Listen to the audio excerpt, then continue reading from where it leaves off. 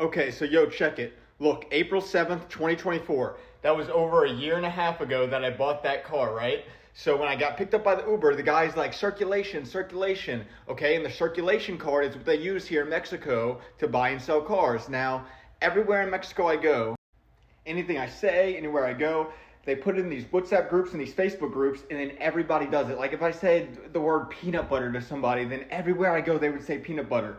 Or if I was coughing somewhere, everywhere I go, they're like, and they cough, right?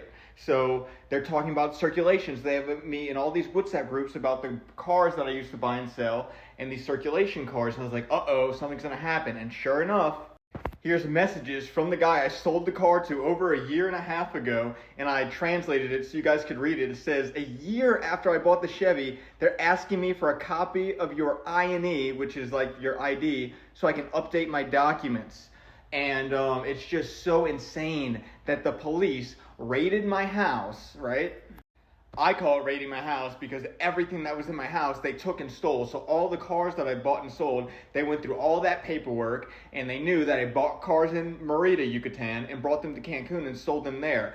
So all the police are connected and everything, and so the police or the cartel or the police went and found my car that I sold this guy and took it from him. This guy doesn't have his car anymore that I sold it to over a year later. They went and they found this guy, and they want to get the ID of the person who I bought the car from, which I have, but I'm not going to give it to them because they're going about it this evil way.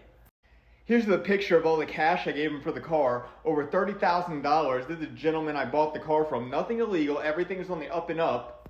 But it's just so crazy because I was robbed July 11th from my apartment and then kidnapped off the street. The Fiscalia and the prosecutor's office will not do anything. Instead, they're thoroughly investigating me, doing everything they can to try to find something that I've done wrong here in Mexico. They've been stalking me for almost 2 years, everywhere I go, every interaction I have with anybody. And it's just really upsetting that they're just so evil and corrupt here in Yucatan, Mexico. And I'm in Cancun right now, but in Yucatan, they're evil and corrupt. And you normally hear that about other places in Mexico, but actually it's Yucatan. Because the truth is, they all know, like I was called in by 2 detectives to speak to 2 detectives when the Uber driver stole my phone. So they know everything. And so if they wanted this guy's ID or whatever, they could just call me and ask me for it. They know I sold this guy his car, the guy in Cancun who I just showed you the messages for.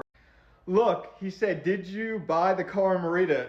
Maybe I told him, I don't know how he knows that, but they took the car from me and they're asking for the person's ID. Wow. So the PI, the detectives in Mérida, Yucatan, called the police in Cancun and said, hey, go find this car and take it because we need to look into it. It's just so evil, man.